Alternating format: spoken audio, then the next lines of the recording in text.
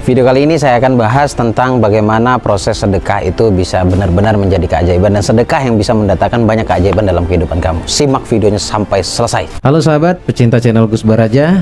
Sebelum kita lanjut nonton videonya, bantu channel ini agar bisa terus berkembang dan terus mengudara dengan cara klik tombol subscribe-nya, dan juga jangan lupa untuk klik tombol loncengnya agar Anda terus dapat notifikasi ketika saya update video terbaru seperti layaknya saat ini. Dan yang terpenting, jangan lupa juga untuk share video ini kemanapun, ke relasimu, ke temenmu, sahabatmu, suamimu, istrimu, Pak RT, Bu RT, semuanya deh pokoknya. Yang penting kita sama-sama bagi manfaat. Thank you ya, selamat menonton. Assalamualaikum warahmatullahi wabarakatuh. Alhamdulillahirrabbilalamin. Hamdan syakirin, hamdan na'imin, wala hawla wala quwwata illa billahil aliyyil azim. Asyhadu an la ilaha illallah wa asyhadu anna Muhammadar Rasulullah. Allahumma shalli wa sallim wa barik ala hadan nabiyil karim sayyidina wa nabiyina wa syafi'ina wa qurrata ayunina wa maulana Muhammad. Allahumma shalli wa sallim wa barik alaihi wa ala alihi wa sahbihi. Halo teman-teman semuanya. Berjumpa lagi bersama saya di sini, Gus Baraja, di channel Gus Baraja, channel kesayangan kita semuanya. Dengan video baru kali ini, pembahasan tentang sedekah. Ini paling demen banget, ini paling seneng banget saya ngebahas ini nih. Karena banyak pertanyaan, Gus kasih saya jalan pintas bagaimana bisa menerapkan hukum tarik-menarik dengan cepat. Oh, permintaannya dengan cepat loh. Ketika saya jawab, yang paling cepat mengundang keajaiban adalah sedekah. Lalu tiba-tiba mikir, waduh, sedekah lagi nih, disuruh sedekah lagi, ngeluarin duit lagi nih. Karena mindset kita ketika kita bicara sedekah adalah sisa berapa. Mestinya ketika bersedekah adalah jadi berapa. Begitu banyak janji Allah. Ada ratusan mungkin janji Allah tentang sedekah. Saya sedikit ingin buka mindset kamu ya. Kalau kamu, Anda semuanya diajak berbisnis oleh si fulan, dan si fulan, dengan keuntungan 1 bulan sekian. Ketika bicara keuntungannya, diinfokan keuntungannya langsung seketika, wow, fantastis, langsung ikut tanpa harus berpikir spekulasinya. Padahal sama-sama itu sedekah, itu sebenarnya investasi, dan ikut berbisnis dengan orang lain itu juga investasi. Pertanyaan saya, mana yang berpotensi rugi? Sudah mulai sadar ya? Ketika yang menjanjikan manusia kita langsung percaya, tapi ketika Allah yang menjanjikan kita masih meragukan. Itu kebalik sebenarnya. Jadi yang benar adalah ketika Allah yang berjanji, tidak ada kerugian di sana. Itu informasi dari saya ya. Sekarang yang paling terpenting itu bagaimana sih menerapkan sedekahnya. Bagaimana cara menerapkan sedekah supaya sedekah itu benar-benar bisa mendatangkan keajaiban. Sedekah itu berbagi atas apa yang kamu miliki. Ada yang wajib, ada yang sukarela. Yang wajib 2,5. Yang sukarela tergantung keinginanmu apa. Ada beberapa risalah penjelasan bahwa 2,5% itu bukan sedekah, itu mengembalikan hak orang. Jadi ketika kamu berbaginya 2,5%, jangan langsung enggak, oh saya sudah bersedekah. Tetapi 2,5% itu mengembalikan hak orang lain, jadi belum sedekah. Jadi jangan menganggap bahwa itu sedekah. Oh, saya sudah bersedekah 2,5%, Gus. Belum. Penjelasan yang saya maksud ada 2,5% itu baru mengembalikan hak orang lain. 10% itu menyelamatkan harta kita dari fitnah dan bala. Maksudnya menyelamatkan dari tipu menipu. Kemudian harta kita Allah selamatkan. Kalau kita bersedekahnya 10%, Allah selamatkan dari apa? Dari bala. Kemudian dipinjam orang kemudian nggak kembali dan lain-lain. Itu 10%. Untuk apa ya? Untuk menepis itu semua. 20-25% up sampai setinggi mungkin, itulah baru yang bisa membuat kamu menjadi kaya atau rezeki itu datang kepada kamu. Sederhana. Lalu mindsetnya bagaimana, Gus, caranya? Itu besar loh, Gus. Supaya itu tidak kesan besar, ini bicara psikologi sebenarnya. Supaya tidak kesan besar, ketika kamu dapat rezeki, saat itu juga segera kamu bagi. Karena kalau kamu tumpuk-tumpuk, kalau 1 bulan kamu baru mau berbagi, yang ada nanti secara psikologis kamu berat mau berbagi. Sederhana teman-teman sebenarnya kalau bicara sedekah. Ada satu pola yang sering saya edukasikan ke semua peserta saya. Bagaimana sih caranya bersedekah? Begini, ini berkaitan dengan psikologis. Psikologis berkaitan dengan keyakinan. Keyakinan berkaitan dengan apa yang ingin kita perbuat. Katakanlah kamu mau mencoba ada sedekah subuh, sedekah pagi, sedekah malam, sedekah Jumat, tapi nggak ada feedbacknya, Gus. Masalahnya di mana? Sebenarnya bukan masalah di sedekahnya, masalahnya di psikologismu. Sedekahnya nggak berbalas, pasti berbalas. Hanya saja berbalasnya itu ya macam-macam bentuk pembalasannya. Kalau misalkan kamu ngomong rezeki saja, itu jamak loh, banyak. Rezeki itu tidak hanya uang, rezeki itu bisa kehidupan, rezeki itu kesehatan, rezeki itu senyum orang lain kepada kita, rezeki itu kita menemukan banyak hal yang positif di luar sana. Itu juga rezeki, tergantung. Sekarang di mindset kamu, ketika kamu bersedekah kamu ingin apa? Nah, ketika saya mengatakan kamu bersedekah ingin apa, pasti tertolak nih. Wah, nggak benar nih, masa sedekah disuruh ngarep. Nah, ujung-ujungnya akan bicara tentang ikhlas kan, karena banyak orang yang tidak paham, banyak orang yang masih pengertian yang seutuhnya itu diputus. Ikhlas menurut saya adalah tidak boleh berharap. Ini yang suka ditelan langsung tanpa tahu kalimat berikutnya. Tidak boleh berharap selain daripada Allah. Jadi kalau berharapnya kepada Allah, sah-sah saja. Kitanya saja yang suka skat-skat itu.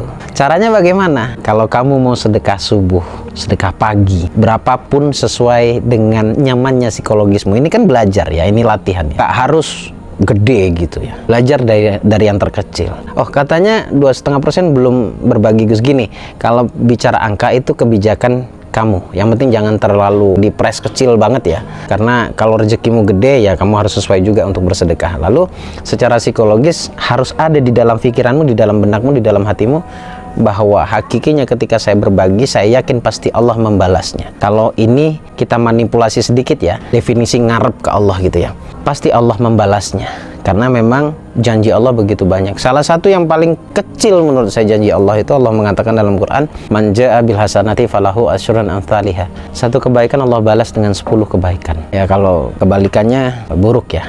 Saat kamu berbagi, saat kamu bersedekah, ini nih yang paling menurut saya sangat-sangat bisa menarik keajaiban.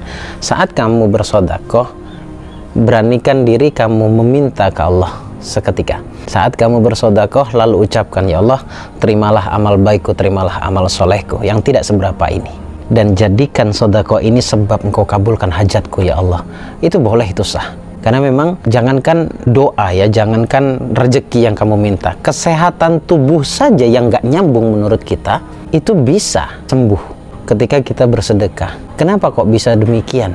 Kalau kamu bersedekah itu ada psikologis, ada rasa di dalam hati yang seakan-akan plong. Nah, plongnya hati itu ada energi yang sangat luar biasa yang keluar dari tubuh kita, dari ruh kita, jiwa kita.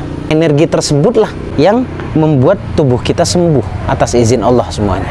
Jadi perbuatannya yang menghidupkan psikologis kita, perbuatan sedekah itu. Lanjut ya, saat bersedekah hatimu lagi benar-benar plong di sana, maka berdoalah. Karena saya mengacu kepada 2 hal yang sering saya sampaikan, 3 sebenarnya. Di sini saya mau katakan 2 hal. Berdoalah di saat tenang dan senang. Dan 2 momentum ini bisa kamu lakukan, bisa kamu dapatkan saat kamu bersedekah. Orang bersedekah itu tenang, dan orang bersedekah itu biasanya senang. Lalu berdoalah di sana. Doanya dengan kalimat-kalimat atau dengan kata-kata yang elok, yang sopan kepada Allah. Karena minta itu perintah Allah. Ud'uni astajib lakum, mintalah padaku, maka niscaya akan kukabulkan. Pada siapa sedekah yang bisa mengundang keajaiban? Anda butuh keajaiban kan? Kalau saya bilang sedekah itu sebenarnya semuanya baik.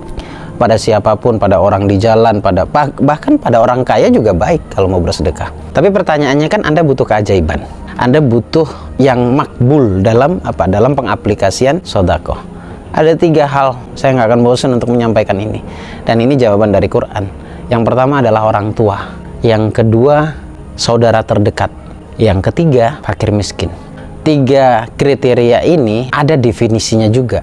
Orang tua itu bermakna 2. Orang tua zahir dan orang tua batin. Orang tua zahir itu ya ayah dan ibu kita. Orang tua batin itu adalah guru yang mengenalkan Anda kepada Allah. Guru yang mengedukasi Anda tentang agama. Atau jangan-jangan hari ini Anda lupa bahwa Anda pernah belajar ngaji pada si fulan, kiai kampung, ustadz di kampung. Tapi hari ini seakan-akan tidak kenal, sehingga membuat hidup kita semakin sulit. Karena boleh jadi hati seorang guru, hati seorang ustadz itu memanggil, kemana ya muridku? Oh, sudah sukses, lupa dengan saya. Lupa dalam artian begini, oh sudah sukses, tidak pernah silaturahmi kepada saya. Sebenarnya seorang guru juga nggak ngarep duitmu kok, ngarep silaturahmi. Tapi eloknya kita sebagai murid santuni juga seorang guru itu yang pertama ya. Definisi dari orang tua itu bermakna 2 arah, bisa zahir, bisa batin, bisa orang tua fisik kita, orang tua guru kita, orang tua batin. Nah, yang kedua adalah saudara kita, saudara terdekat. Tapi juga jangan bentuk mentalnya menjadi mental miskin yang setiap saat hanya mengharap Anda memberikan. Lihat baik-baik yang benar-benar membutuhkan. Kemudian yang ketiga adalah fakir miskin. Nah, fakir miskin ini bisa janda tua, bisa tetangga. Kerucutkan sedekahmu pada itu dulu untuk sementara. Lalu lebih-lebih kepada orang tua ataupun guru, nggak usah sungkan untuk minta doa. doakan hajatmu apa, minta agar Allah kabulkan. Pertanyaannya, kalau yang sering muncul di kolom komen ya, pertanyaan itu, bagaimana dengan orang tua saya yang sudah meninggal? Begini, meninggal itu hanya pindah alam menurut saya. Meninggal itu hanya fisiknya yang tiada, tapi ruhnya masih ada dan bisa sangat banget mendengarkan dirimu. Dan cara bersedekah kepada orang tua yang sudah meninggal bagaimana? Kamu bersedekah saja kepada orang lain, tapi katakan pada mereka yang menerima sedekahmu, siapapun itu, gurumu atau orang lain, siapapun, sebutkan, ini sedekah dari almarhum orang tuaku.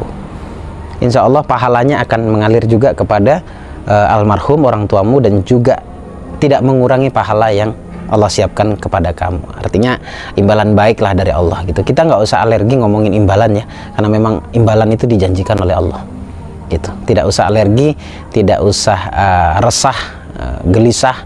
Kita sok-sokan hari ini mengatakan nggak boleh ngarep sama Allah. Saya berdoa, bukankah berharap itu berdoa ya? Bukankah berharap itu juga menyembah kepada Allah? Tapi kalau itu dilarang, itu menjadi masalah bagi kita. Seperti itu teman-teman. Jadi simpulan dari video kali ini tentang sedekah, maksimalkan dalam sedekah.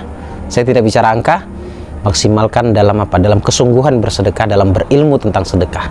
Karena sedekah itu sangat luar biasa, membawa kebaikan dan feedbacknya luar biasa kepada kita. Coba kamu perhatikan baik-baik. Emang ada orang sukses tanpa sedekah?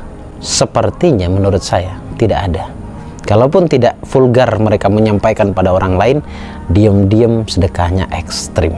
Dan jangan takut kalaupun kamu sedekah itu ada yang ngeliat, kemudian sedekah sengaja kamu posting, nggak apa-apa, ambil sisi positifnya. Mana tahu dia sadar ternyata ketika melihat kamu sedekah, dia juga ingin bersedekah.